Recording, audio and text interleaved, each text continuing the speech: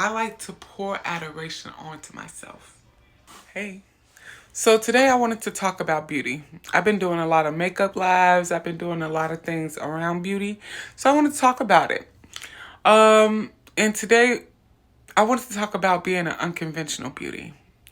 I grew up as an unconventional beauty. Plus size was not in when I was growing up. So, growing up, I remember I was in fourth grade and I was like, am I beautiful? And I looked at the mirror and I just stared at it. And I came to the conclusion that yes, I was beautiful. I liked what I saw in the mirror. I liked my I liked my skin, my teeth, my lips. I liked I liked me. However, I did of course have some things I didn't like. I didn't like my nose, I didn't like my eyes, I didn't like my body. But I was beautiful and I still am, okay? I'm still beautiful. But I also thought, well, why am I not being treated beautiful? Because the thing is, when you're a conventional beauty, you're treated differently than a woman who's not a conventional beauty. And for me, conventional beauty just means someone who you would recognize in media, someone who you would see and think, gosh, she's gorgeous.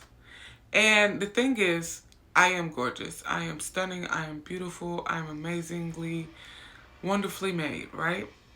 But that's my perspective. And the mass perspective is usually conventional. And it's usually glorified in the media. So growing up, it was having fairer skin tone, having like loose curls, being skinny, being white, being like paper thin. And I wasn't any of those things. So although I was beautiful, I wasn't being treated as a beautiful person would, right? And so that's what made me actually have to sit in the mirror and ask myself, like, why am I not being treated like a beautiful person when I like what I see in the mirror? And the thing is, whether you believe it or not, pretty privilege is real. I know I've experienced it, especially more in the last decade or so as bigger women have been getting more glorification. However, the thing about being an unconventional beauty is you have to like you first. You have to like what you see in the mirror before anybody else. Because it doesn't matter how beautiful you are. You can be a conventional beauty and still carry yourself in a way that doesn't allow you to shine. You could be ugly to a person and they still just are mesmerized by you because of the way you carry yourself.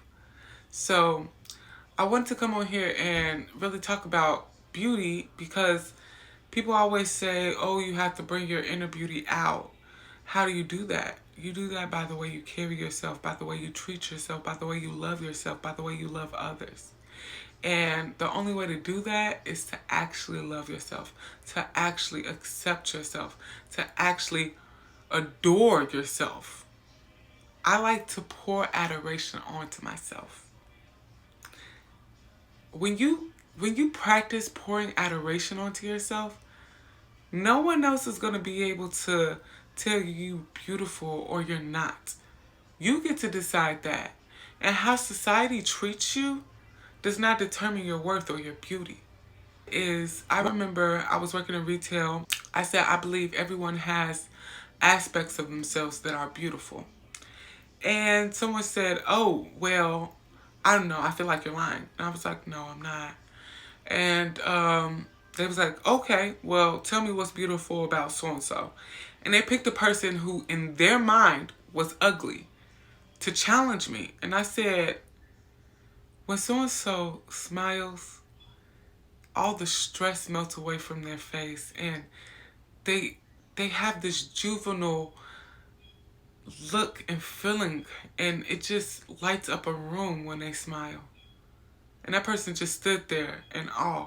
Because they never thought about it. One, because that person who I was talking about rarely smiled. He was kind of a butthole. But when he did smile, it changed the atmosphere in the entire room. Yeah. I'd rather be able to do that than be able to say, oh, yeah, everyone thinks I'm beautiful. Although there's nothing wrong with really that. Take the time to and dig in and see what you like about yourself, what you feel like you can improve, all of those things. You will get lost in this is beautiful, that's not beautiful, you will get lost in it. You cannot let other people define what makes you beautiful. You have to define that for yourself, right? I remember listening to a podcast with Ismata. I don't remember her last name. I will try to put it in this video though, because I like to give credit where credit is due. And she said, growing up, I just knew I was pretty. Everyone always complimented me. Everyone always spoke about it. I knew I was pretty. And I didn't have that growing up. I had to instill it in myself. People gave me compliments. Oh, you look great in that outfit. Oh, this is gorgeous. Oh, I love your hair. I love your makeup. Blah, blah, blah, blah. But they never said, oh, you're beautiful. Oh, well, actually, a lot of people did. A lot of people did. But that was later, like after I had already had my talk in my 4th grade. By then, I knew I was beautiful and I was carrying myself as a beautiful person should carry themselves. And when I say a beautiful person, I mean everyone. Just in case y'all try to get it twisted, don't. But what I'm saying is, by then, I didn't need their reassurance or affirmations because I had my own, right? But she said that it was instilled in her. Her mother was beautiful. People complimented her mother all the time. She was beautiful. Her sister was beautiful. They were models. She knew she was beautiful. To the point where when people would tell her, oh, you're beautiful, she would say, I know, instead of thank you. The amount of confidence, y'all. Woo. But eventually she learned that it was rude and she started saying, oh, thanks. But she just knew she was beautiful because they had instilled it in her. So if you're an unconventional beauty, that's okay. There is something about you that is beautiful. And you need to go and find that. And you need to love on that. And you need to remind yourself when you're feeling low or when you're feeling overlooked or when you're feeling like the person at the bar that's not getting the numbers to talk to, but all your friends are dancing on the dance floor, you better get out on that dance floor and you better dance.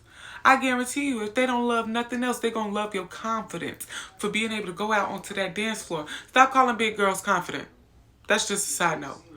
We aren't confident. We're beautiful, we're amazing, we're gorgeous, but we're not confident. Some of us are really trying, really putting ourselves out there. And that's not brave. It's not confident. It's just called living. That's a side note. But back to what I was saying. People are going to love the fact that you are out there living your best life, not worried about them. All right? I love y'all so much. I hope that y'all have a blessed day.